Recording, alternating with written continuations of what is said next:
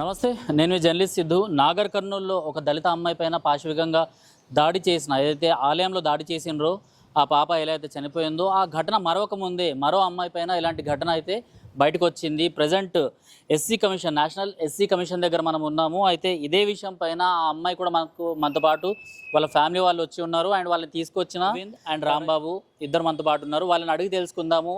గత వారం రోజుల కింద మనం ఒక వీడియోని ప్లే చేయడం జరిగిందన్నమాట. అరవింద్ మాట్లాడాడు. సో ఈ శివమణి అనేసి బాధిత అమ్మాయి ఎవరైతే ఉన్నారో ఆమె పైన ఒక ముస్లిం అబ్బాయి ఎలాంటి అటాక్స్ చేసిండు, ప్రేమ అన్న పేరుతోని ఎలా ఈమెని కంట్రోల్లోకి తీసుకొని ఆ తర్వాత మతం మార్చుకోమని, లేకపోతే తల్లిదండ్రుల్ని దూషిస్తూ అమ్మాయిని దూషిస్తూ కొడుతూ ఎలా అయితే తతంగం సాగించాడో ఇదంతా అరవింద్ మాట్లాడడం జరిగింది. ఈరోజు నేషనల్ ఎస్సీ కమిషన్ దగ్గరికి అయితే ఈ కేసు రావడం జరిగింది. అన్న చెప్పండి, అసలు న్యాయం జరగలేదనేసి మీరు మళ్ళీ ఎస్సీ కమిషన్ దాకా వచ్చారా, లేకపోతే అసలు ఏంటి కేసు? న్యాయం జరుగుతలేదు అనే ఉద్దేశంతోనే ఇక్కడికి వచ్చడం జరిగింది. నాగర్ కర్నూలు జిల్లా అంటే మేము భయపడాల్సి వస్తుంది. ఎక్కడ ఏ దళిత అమ్మాయి పైన లేకపోతే ఏ దళితుడి పైన దాడులు జరుగుతారా అని. మొన్న కుమ్మర జాతరలో మీరు అన్నట్టు దళిత ఆడబిడ్డని వాళ్ళ బిడ్డని చంపిన ఘటన మరవక ముందే ఒక అమ్మాయి ఎంతో ఉన్నతమైన ఆశయాలు ఆలోచనలతో పేదరికంలో పుట్టినా కూడా చదువు, బాబాసాహెబ్ ఇచ్చిన చదువుని పెన్నుని నమ్ముకొని ఆ అమ్మాయి మంచి చదువుతోని ఉండే. బిట్స్ బిలానీలో కూడా సీట్ వచ్చి చదువుకున్న సమయంలో ఆ రండగాడు తురుకోడు అహ్మద్ అనేటోడు 10వ తరగతి నుంచి ఆ అమ్మాయిని ప్రేమ పేరుతో వేధిస్తూ ఆ అమ్మాయిని నానా రకాలుగా చిత్రహింసలు, శారీరకంగా ఉన్న వీడియోస్ని బ్లాక్మెయిల్ చేస్తా, నువ్వు నాతో రాకపోతే, నేను పిలిచిన చోట రాకపోతే నేను చంపేస్తాను ఆ అమ్మాయిని అలా కుటుంబ సభ్యులను తిట్టుకుంటా భయభ్రాంతులు చేస్తుండు. గుడికి వెళ్తే నువ్వు గుడికి ఎందుకు పోతావు, పోచమ్మకి మొక్కుకుంటే నువ్వు పోచమ్మని ఎందుకు మొక్కుతావు, శివుడిని మొక్కితే నువ్వు శివుడిని ఎందుకు మొక్కుతావు అని బొట్టులు దుడిపేసి ఆ అమ్మాయిని నానా రకంగా కొట్టి ఆ వీడియోలు తీసుకొని బయట పెట్టుకుంటా, నేను తురుకోని, నాకు ఒవ్వడేం బీకలేడు, నాకు స్థానిక రాజకీయ నాయకులు కాంగ్రెస్ వాళ్ళు ఫుల్ సపోర్ట్ ఉన్నారని చెప్పి ఆ వ్యక్తే అన్న మాటలు కాల్ రికార్డింగ్లు ఉన్నాయి. అది మీకు కూడా మేము పంపించడం జరిగింది. అంతేకాకుండా ఈ అమ్మాయిని ఫస్ట్ 10th క్లాస్ తర్వాత వేధించడం మొదలుపెట్టిన తర్వాత ఇంటర్లో చదువుతుంటే నువ్వు చదవద్దని చెప్పి అక్కడ కొట్టిండు. సరే బాధలు భరించలేక ఈ అమ్మాయి కంప్లైంట్ ఇస్తే ఆగస్టులో పోలీసు వాళ్ళు అప్పుడు ఏమో సీరియస్ యాక్షన్ తీసుకోవాలి కదా. ఏదో నా సుట్టపోని పిలిచి మందలించినట్టు పిఎస్కి పిలిచి అని మందలించేస్తే ఆడు అదే చేస్తాడు. మందలించిర్రు, వదిలేసిర్రు, ఆడు మళ్ళీ అదే లవణపాన వేసుకుంటా ఆ అమ్మాయిని బిట్స్ పినానిలా సీట్ వస్తే అక్కడ చదవనియలే. సరే చదువు ఖరాబ్ చేసిండు. ఇక అయ్యా అమ్మాయికి నేను పని చేసి ఆసరాగా ఉండాలా, మాకు తినని కష్టమవుతుందని చెప్పి అమ్మాయి ఒక ప్రైవేట్ ఇన్స్టిట్యూట్లో ల్యాబొరేటరీస్లో జాయిన్ అయితే అందులో కూడా ఆ హాస్టల్లో కూడా వెళ్ళి ఆ అమ్మాయిని కొట్టిండు. హాస్టల్లో కంపెనీ వాళ్ళు ఏం చేస్తారు, పిఎస్కి పిలిచిర్రు, పట్టుకోపోయారు, కథ మొదలేసారు. ఇక అమ్మాయి ఆ తురుకోడు అంతగానం చెడ్డ మాటలు తిట్టుకుంటా మిమ్మల్ని అందరిని అడ్జేస్తా అన్నాడు, తోటి ఆడపిల్లలు బి ఉన్నారు, నాకు భయం అవుతుందని చెప్పి ఈ అమ్మాయిని ఉద్యోగం మానిపించేసిండు.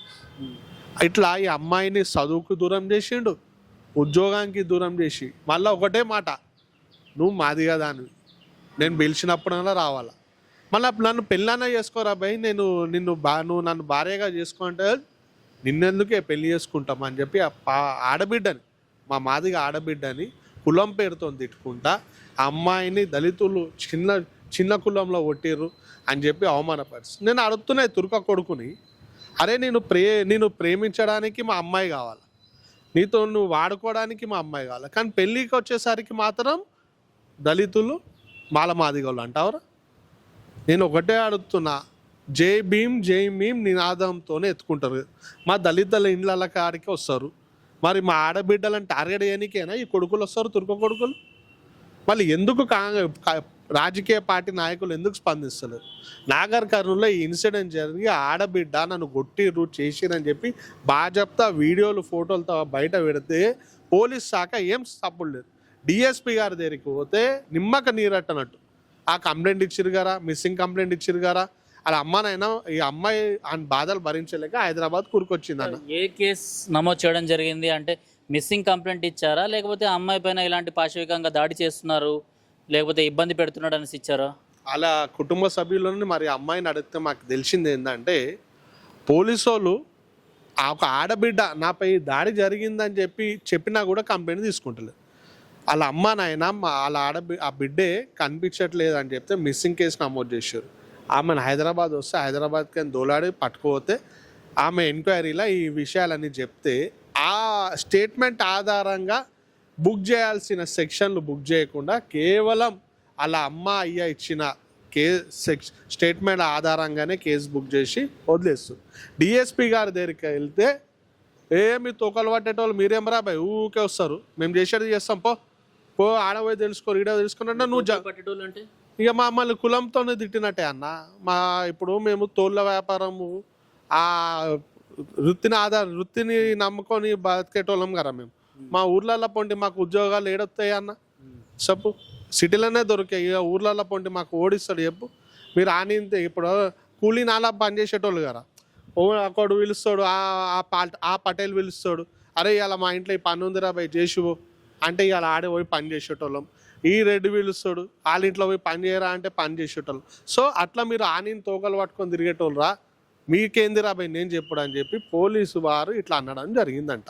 ఎంత బాధాకరమన్నా. ఒక డిఎస్పి స్థాయిలో ఉన్న వ్యక్తి ఒక ఆడబిడ్డ అన్యాయం జరిగిందని వస్తే నువ్వు ఒక తండ్రిలాగా ఉండి ఆ ఆడబిడ్డకు న్యాయం చేయకుండా నువ్వు ఇట్లా అవమానపరిస్తే ఇక మేము ఏడికి వాళ్ళ చెప్పు. నాగర్ కర్నూల్లో ఒక ఎంపీ ఎస్సీ రిజర్వ్డ్ కాన్స్టిట్యున్సీ, నా మాట ఎస్సీలకే దిక్కులేదాడ. ఒక ఎస్సీ రిజర్వ్డ్ కాన్స్టిట్యున్సీలో ఎస్సీలకు అన్యాయం జరిగితే మల్లు రవి గారు ఏం చేస్తుర్రు, ఆర్ఎస్ ప్రవీణ్ కుమార్ గారు రిటైర్డ్ పోలీస్ ఆఫీసర్ గారు వేరే ఇష్యూస్లో నానా గొంతులు చించుకొని మాట్లాడతారు. మళ్ళీ ఒక దళిత ఆడబిడ్డకు అన్యాయం జరిగితే నువ్వు ఏం సపోర్ట్ చేయాలి? ఇదే కల్వకుర్తిలా ఆర్ఎస్ ప్రవీణ్ కుమార్ గతంలో ఒక అమ్మాయి కోసం ర్యాలీ తీశాడు. మళ్ళీ ఈ అమ్మాయి ఏం చేసింది అన్న? మా దళిత అమ్మాయి ఏం చేసింది అంటే తురుకోడు నిందితుడు అంటే మీరు రారా? అంటే రాజ్యాంగంలో బాబాసాహెబ్ అంబేద్కర్ గారు ఏమైనా సపరేట్ పేజీ రాసిండా? తురుకోళ్ళు ఎస్సీలపై దాడులు చేస్తే మీరు ఎవ్వరు స్పందించొద్దురా, మాట్లాడొద్దురా, వాళ్ళకి హక్కు ఇచ్చినట్టేరా అని ఎందుకు మీరు స్పందించలేరు? అదే ఇతర కలుస్తలో అయితే రోడ్ల మీదకి వచ్చి హంగామా చేస్తారు కదా. మళ్ళీ ఈ ఆడబిడ్డకి న్యాయం జరగడానికి ఎందుకు వస్తలేదు? అంటే తురుకోల ఓట్ బ్యాంక్ మీకు ముఖ్యం, మేము ఎటైనా పోవాలి ఏమైనా కావాలి, మీరు మాత్రం స్పందించరు అన్నట్టే వ్యవహరిస్తారు.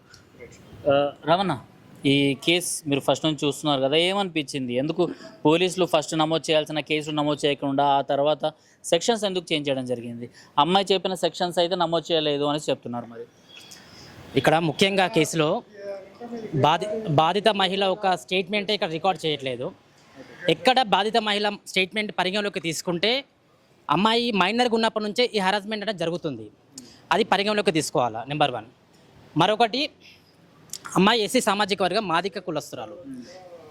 ఈ విధంగా అట్రాసిటీ నమోదు చేయాల్సి వస్తుంది. ఎక్కడ ఈ విధంగా కేసుని పురోగతి చేయాల్సిన అవసరం ఉంటుందని చెప్పి భావించి ఇక పొలిటికల్ ప్రెషర్తోని పోలీసులు లొంగిపోయారని చెప్పి మనకి క్లియర్గా అర్థమవుతా ఉన్నది.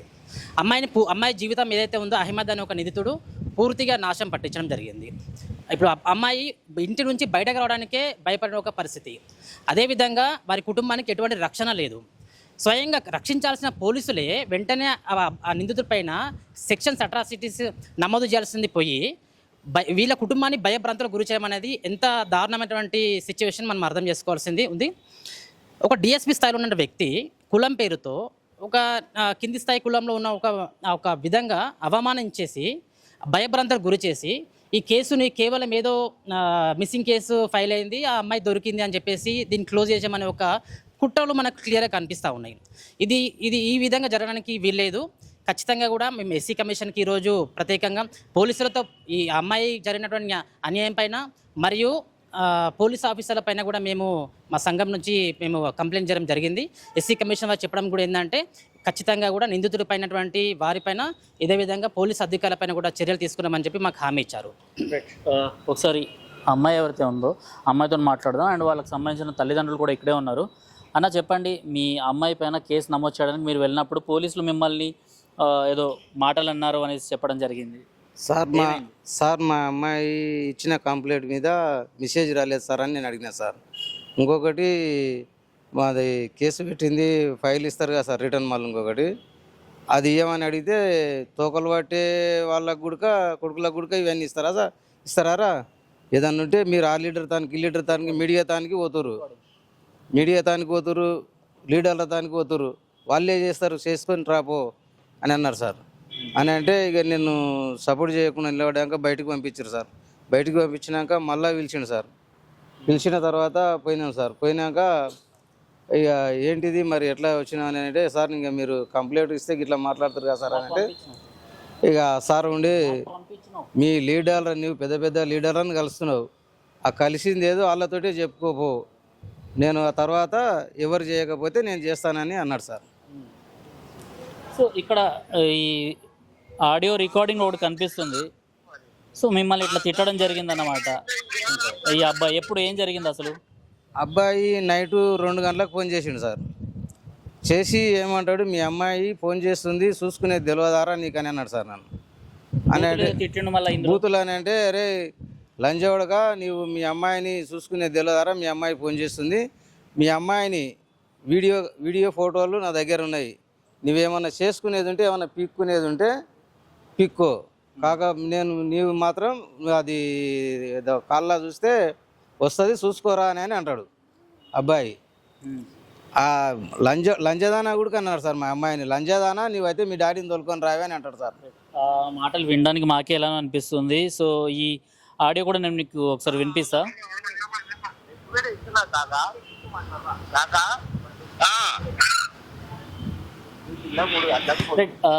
ఆడియో సంగతి కాస్త పక్కన పెడదాం. అమ్మాయి ఎవరైతే ఉందో బాధితురాలు, అమ్మాయికి సంబంధించిన ఫోటోలు, అమ్మాయి పైన ఎలాంటి దాడులు చేయడం జరిగింది అన్నది ప్రతిదీ మనకి ఇక్కడ కనిపిస్తుంది. నేను ఇప్పుడు షో చేయట్లేదు. అమ్మ చెప్పు, అసలు ఏం జరిగింది నీతోని, ఎలాంటి న్యాయం నువ్వు కోరుకుంటున్నావు? నాకు 5 years నుంచి పరిచయం సార్ అహ్మద్ అనే వ్యక్తి. నేను ప్రేమ పేరుతోని నమ్మించి పెళ్లి చేసుకుంటా అని చెప్పి శారీరకంగా ఎన్నోసార్లు 2021 ఇయర్ నుంచి, అప్పుడు నాకు 16 years, నేను 10th క్లాస్లో చదువుతున్నా. 2021 నుంచి 2026 రీసెంట్గా ఫిబ్రవరి వరకు కూడా నన్ను శారీరకంగా వాడుకోవడానికి ఆయన వీడియోలు తీసుకున్నాడా లేదా తెలియకుండా తీసుకున్నాడా తెలీదు. అవందరికీ నేను సోషల్ మీడియాలో పెడతాను, నీ ఫ్యామిలీ మెంబర్స్కి షేర్ చేస్తాను, రాకపోతే నేను చెప్పిన లొకేషన్కి వచ్చి నా దగ్గర ఫిజికల్గా ఉంటే మాత్రమే నేను నీకేం చెయ్యను, ఎవరికి చెప్పుకుంటావా చెప్పుకో, నా బ్యాక్గ్రౌండ్ నీకు తెలీదు, నేను చంపి బండి కట్టుకొని ఊరు నుంచి తీసుకొని పోయినా కానీ నేను 2 days కూడా జైల్లో ఉండనని నాతోని ఛాలెంజ్ చేసింది సార్. నేను బిట్స్ పిలానీలో చదువుతూ జాబ్ చేస్తున్నప్పుడు కూడా నేను చెప్తే నువ్వు వింటలేవు, నువ్వు నీ ఇష్టమైన కాలేజ్లో నువ్వు ఎట్లా చదువుకుంటావో, ఆ కాలేజ్ వాళ్ళు నిన్ను ఎంత బ్లేమ్ చేసినా కానీ ఎట్లా ఉంచుకుంటారా అని చెప్పి కాలేజ్ దగ్గరికి వచ్చి కూడా హాస్టల్లోకి వితౌట్ పర్మిషన్తో వచ్చి కొట్టి, అక్కడ కూడా నన్ను బ్లేమ్ చేసి, కంపెనీస్ టీమ్ ఏమంటే ఇన్సెక్యూరిటీస్ రీజన్ వల్ల నన్ను అక్కడ నుంచి తీయడం జరిగింది. దానికి రీజన్ అహ్మద్. నేను ఎక్కడ వెళ్తే కూడా నా ఇన్ఫర్మేషన్ తెలుసుకొని అక్కడ వచ్చి కొట్టడం, నువ్వు ఫిజికల్గా ఉంటేనే నేను నీ వీడియోస్ బయట పెట్టను అనేది బెదిరిస్తున్నాడు. నేను చంపి కూడా నీ ఫ్యామిలీ మెంబర్స్కి చెప్తే వాళ్ళను చంపుతా, నిన్ను చంపుతా అని బెదిరిస్తున్నాడు సార్. ఇప్పుడు ఫొటోస్, వీడియోస్ కొన్ని బయటకు వచ్చినాయి కదా అమ్మ, మీరు ఇందాక చూపెట్టారు మొబైల్లో. సో అవన్నీ ఎక్కడ జరిగినాయి? అంటే అంతా మీ కన్నుగుడ్లు మొత్తం రెడ్ అయ్యేటట్టు అంత కొట్టడం ఏంది, ఎక్కడ జరిగింది అంతా? ఈ మే మంత్లో 9th date రోజు నేను మా అమ్మమ్మ వాళ్ళ ఊరు వెళ్ళిన. ఆయన ఫ్రెండ్స్తోని తెలుసుకొని అక్కడికి వచ్చి నాతో ఫిజికల్గా ఉండడానికి ఇప్పుడు నువ్వు బయటికి వస్తావా రావా అని చెప్పి నన్ను కొట్టి, ఆయన చెప్పినట్టు వినకపోతే నువ్వు ఎందుకు మారట్లేదు, నేను చెప్పినట్టు విన్నట్టుగా మారుతావా అని నన్ను కొట్టి నా ఫోన్లోనే వీడియోలు తీసుకున్నాడు సార్. ఈ మే మంత్ 9th జరిగింది అది. 9th, 12th, 13th రోజు వచ్చి రాడ్తోని కొట్టి బెదిరించిండు. అవన్నీ మా అమ్మమ్మ వాళ్ళ ఊర్లో ఉన్న ఇంటికి వచ్చే చేస్తుండు. నా ఇంట్లో నాకే సెక్యూరిటీ లేదని, దాని వలన నేను చనిపోవాలని డెసిషన్ కూడా తీసుకున్నాను. కానీ ఇప్పుడు అవన్నీ వద్దు, ధైర్యంతో నేను అందరినీ కలవడం జరుగుతుంది, నాకు న్యాయం కావాలి, ఆయనకు శిక్ష పడాలని. సో పోలీస్ స్టేషన్ కూడా పోయినరు మీరు, మళ్ళీ ఎలాంటి న్యాయం కోరుకుంటున్నారు? పోలీసుల దగ్గర నుంచి ఎలాంటి మాటలు వచ్చినా మీకు? పోలీస్ స్టేషన్ సపోర్టింగ్ అయితే ఎవ్వరు లేకున్నారు సార్. పోలీస్ స్టేషన్కి ఊరుకొండకు వెళ్ళిన, మిస్సింగ్ కేసు ద్వారా నన్ను ట్రేస్ చేసి తీసుకొచ్చినప్పుడు స్టేట్మెంట్ రాస్తున్నప్పుడు కూడా నేను చెప్పిన స్టేట్మెంట్ వాళ్ళు రాయలేదు. అది ఎందుకని నేను అడిగితే కూడా ఆమె ఒక A4 size పేపర్, ఖాళీ పేపర్ మీద నాతోని సిగ్నేచర్ తీసుకుంది. అలాగే నేను చెప్పిన స్టేట్మెంట్ ప్రతి ఒక్క ఇన్ఫర్మేషన్ని lady constable Sai Prasanna, SI Krishnadeva సార్ని అడిగి ఇది సార్ని అడిగి రాస్తా అని చెప్పి వచ్చి నా దగ్గరికి మళ్ళీ ఇది సార్ ఈ మ్యాటర్ అవసరం లేదన్నాడు, నేను రాయట్లేదని చెప్పి మరి నా స్టేట్మెంట్ని నేను చెప్పింది రాయలేదామె. అన్న ఫైనల్గా ఎలాంటి న్యాయం కోరుకుంటున్నారు మీరు? మీ అమ్మాయికి జరిగిన అన్యాయానికి ఎలాంటి న్యాయం రావాలనుకుంటున్నారు? సార్ మా అమ్మాయికి న్యాయం కావాలంటే వాడిని శిక్ష అనుభవించాలి సార్. ఆ శిక్ష అనుభవిస్తే ఇంకొక అమ్మాయి దగ్గరికి పోతే ఇదే శిక్ష పడుతుందని తెలియాలి సార్ అని. అందుకొరగానే ఈ కేసు పెట్టడం జరిగింది సార్. చాలా ఈజీగా చెప్పేస్తున్నారు, కానీ ఈయనకి బెదిరించిన ఏదైతే లకారం యూజ్ చేసిండ్రో ఆ మాటల్ని విన్న తర్వాత కూడా ఏ తండ్రి కూడా అసలు అంత కామ్గా తీసుకోడు, అంత ఈజీగా విడిచిపెట్టేశాడు. కాకపోతే తన అమ్మాయికి అన్యాయం జరగద్దు అనేసి మాత్రము ఈయన భయపడుతూ ఏదైతే అన్యాయం జరిగిందో దానికి న్యాయం కావాలనేసి మాత్రం కోరుకుంటున్నారు. ఫైనల్గా మీరు చెప్పండి, ఎక్కడి వరకు నిలబడతారు ఆ అమ్మాయితో పాటు? ఈ ఫైట్ ఎక్కడి వరకు వెళ్తుంది? ఆ ఆడబిడ్డకి న్యాయం జరిగేదాకా మళ్ళా ఆ తుర్క కొడుకుకి కఠిన శిక్ష వేసే వరకు మేము వెనకడుగు వేసే ప్రసక్తి లేదు. మేము ఒకటే కోరుతున్నాం డీజీపీ గారికి మరియు తెలంగాణ ముఖ్యమంత్రి రేవంత్ రెడ్డి గారికి, మీ పక్క జిల్లాలో ఉన్న దళిత ఆడబిడ్డని నువ్వు పొద్దులు లేస్తే నేను అంటావు కదా నేను మాదిగోని నేను మాలోని అని అంటావు కదా, ఒక మాది ఆడబిడ్డకి అన్యాయం జరిగింది, ఆమెను చంపుతా చేస్తా అన్నాడు. ఆ ఆడబిడ్డ పైన ఇంకొక గీత పడ్డ, వాళ్ళ తల్లిదండ్రుల పైన ఒక గీత పడ్డ, దీనికి పూర్తి బాధ్యత నాగర్ కర్నూల్ పోలీస్ డిపార్ట్మెంట్దే అని మీకు తెలియజేస్తున్నాను. ఎందుకంటే వీళ్ళు పదే పోయి చెప్పినా కూడా ఇంతవరకు వాళ్ళ ఇంటికాడ ఒక పోలీస్ సెక్యూరిటీ, ఒక బీటింగ్ కానిస్టేబుల్ని పెట్టకుండా వీళ్ళని గాలికి వదిలేశారు. వీళ్ళ పైన ఏమైనా దాడులు జరిగితే పోలీస్ శాఖనే బాధ్యత వహించాలని కోరుతున్నాను.